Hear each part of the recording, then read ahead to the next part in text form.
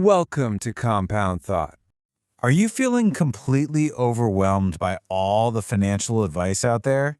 You hear save more, spend less, buy the dip, wait for the crash. It's enough to make you do nothing at all. But what if the best way to build wealth was actually way simpler and, more importantly, backed by decades of hard data? Today, we're getting into Just Keep Buying, a fantastic book by data scientist Nick Maggiulli that uses pure evidence to cut through the noise and simplify the path to building real wealth. So Nick Maggiulli is a data scientist who actually started his blog to answer his own questions about money.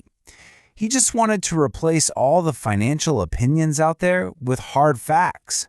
And as Morgan Housel, the author of The Psychology of Money, says, not many people can tell a compelling story with data the way Nick can, and that's exactly what this book does. We're going to explore 5 of the book's core ideas, and you'll see that a lot of them really challenge the advice you hear all the time. We'll talk about where you should focus your energy, what really drives your savings, a cool rule for spending money without feeling guilty, the absolute best time to invest, and finally, how to completely rethink market crashes. All right, first up, the Save, Invest Continuum. This is a really simple framework to help you figure out, right now, if you should be focused on saving more money or on fine-tuning your investment strategy. You know, the book kicks off with a story about the author's own mistake.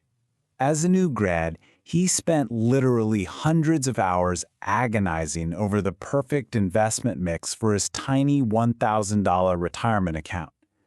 But then he'd go out and drop $100 on a single night out. That's 10% of his entire portfolio. His priorities were completely backward. So how do you avoid that mistake? Well, the book gives us a super simple test. First, estimate how much you think you can save in the next year. Then, estimate how much your investments will grow in actual dollars. It's pretty straightforward. If your savings number is bigger, your energy needs to be on saving more. But if your investment growth number is bigger, then it's time to start optimizing your investment strategy. And this really shows how your focus is going to shift over your career. When you're just starting out, the amount you save is going to be way bigger than any investment gains. But as your portfolio grows, that compounding engine really starts to roar.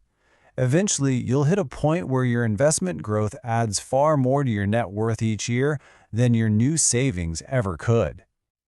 This idea of focusing on savings leads us right into the book's second big idea. And this one tackles what the author calls the biggest lie in personal finance. Now this quote is a direct shot at that whole philosophy of just skip your daily latte and you'll become a millionaire. The book argues that for a lot of people, focusing on tiny cuts isn't just unhelpful, it's mathematically impossible. And the data here is just crystal clear.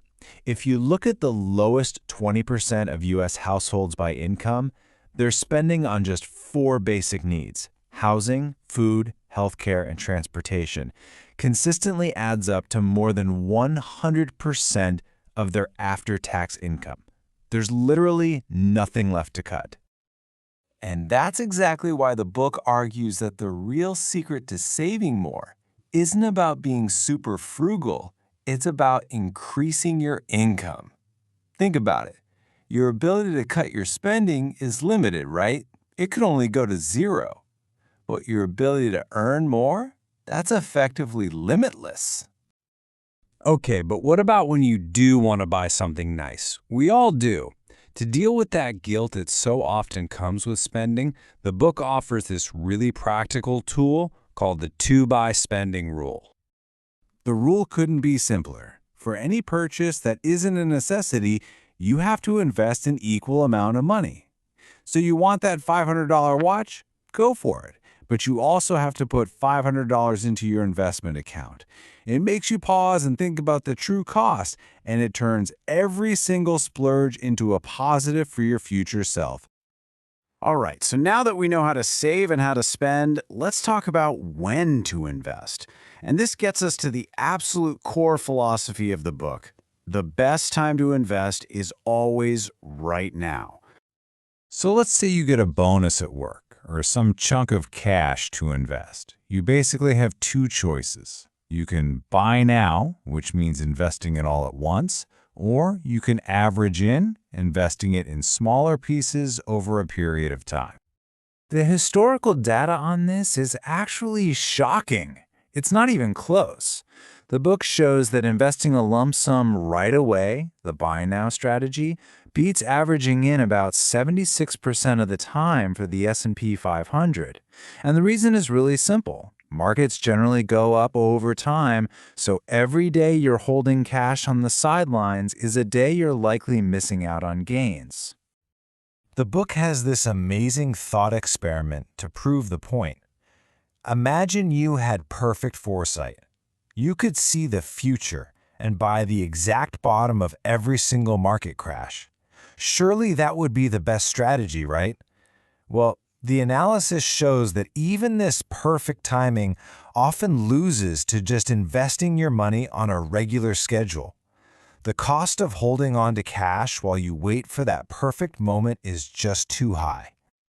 Of course, investing right away means you have to face the market's ups and downs. And that brings us to the final and maybe the most critical mindset shift from the book.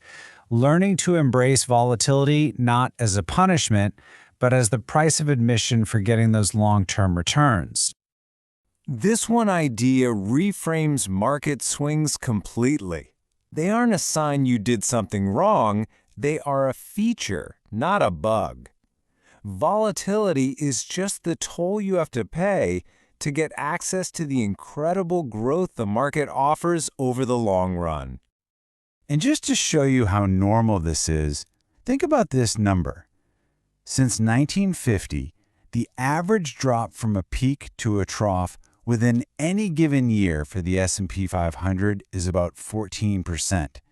Declines aren't the exception, they are the absolute rule. If you're expecting smooth, straight-line growth, you're expecting something that has never, ever happened. And this is exactly why you should learn to get excited about market drops. The math here is simple, but so powerful.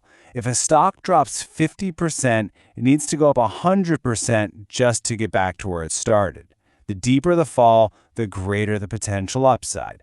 A market crash isn't a disaster, it's a clearance sale. So let's just do a quick recap of the 5 big ideas from Just Keep Buying. First, focus on saving when you're young, then shift your focus to investing. Second, prioritize growing your income, not just penny pinching. Third, use that 2x rule to spend on things you love without the guilt. Fourth, invest your money now. Don't try to time the market. And finally, see market volatility as the price you pay for growth.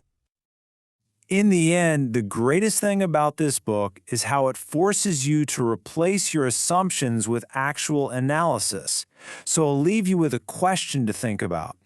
What is one financial assumption you personally hold that might be worth challenging with data? Thanks for watching Compound Thought. If you enjoyed this video, give it a like and let us know your thoughts in the comments. Share it with a friend and subscribe so you never miss the next video. We'll see you next time.